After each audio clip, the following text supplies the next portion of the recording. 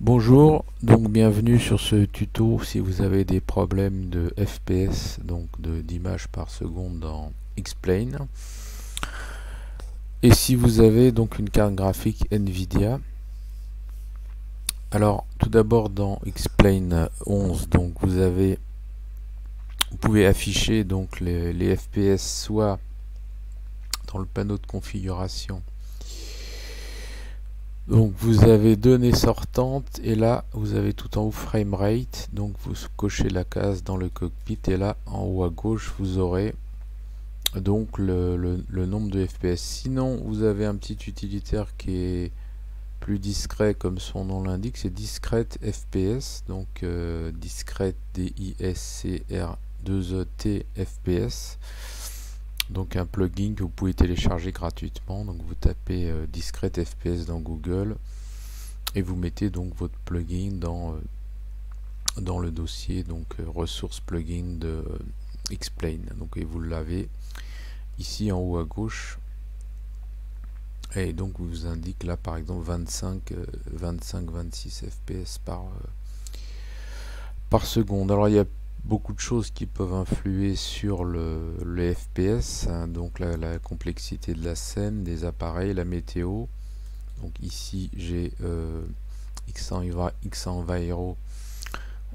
Donc effectivement quand vous avez beaucoup de nuages, beaucoup de couches, vous risquez donc de perdre en FPS, et là dans ce cas là vous pouvez mettre par exemple la météo en KVOC, donc Selling on Visibility OK, donc pour augmenter vos FPS, mais vous aurez plus de nuages, donc des conditions météo plus simples. Alors sinon, donc moi j'ai une configuration donc ordinateur MSI avec 16 Go de RAM, sachant que maintenant 32 Go ce serait pas mal, et une carte Nvidia donc GTX 1070. donc ça c'est très important d'avoir une carte vidéo, une carte graphique puissante pour X-Plane, donc sinon vous aurez des problèmes. Alors ensuite, donc il faut vérifier au niveau des paramètres de la carte Nvidia. Donc il faut chercher le panneau de configuration Nvidia. Donc si vous ne la trouvez pas, vous tapez dans la fenêtre de recherche panneau de configuration. Voilà. Et là vous allez chercher panneau de configuration Nvidia.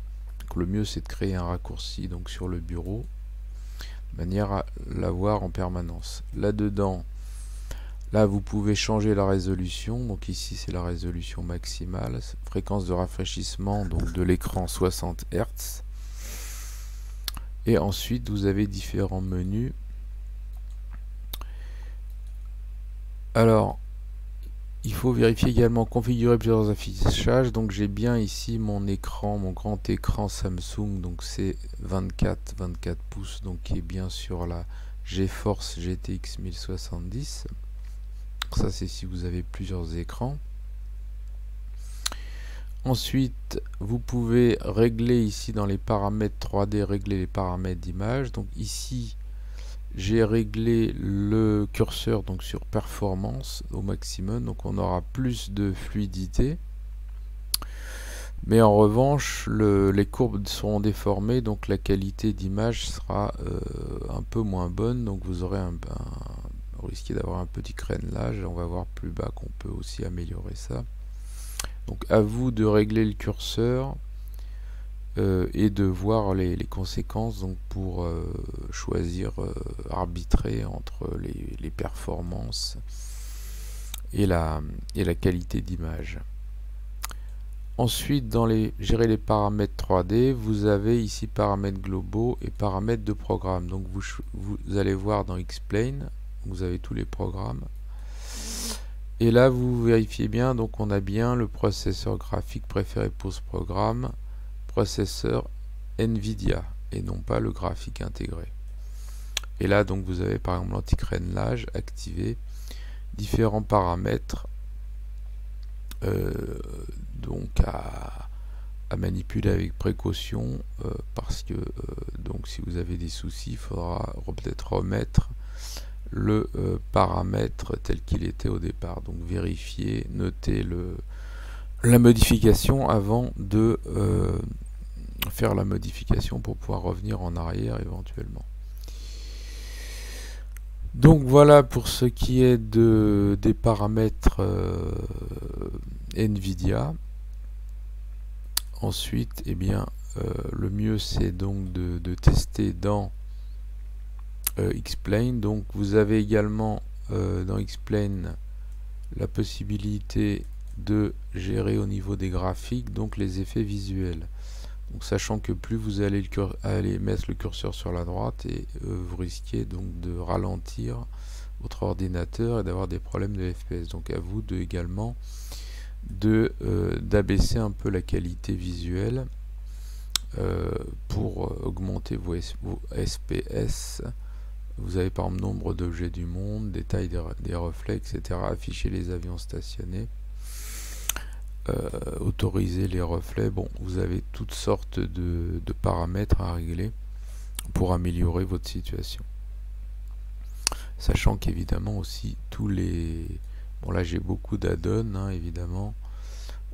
Ça peut également jouer sur les FPS. Mais...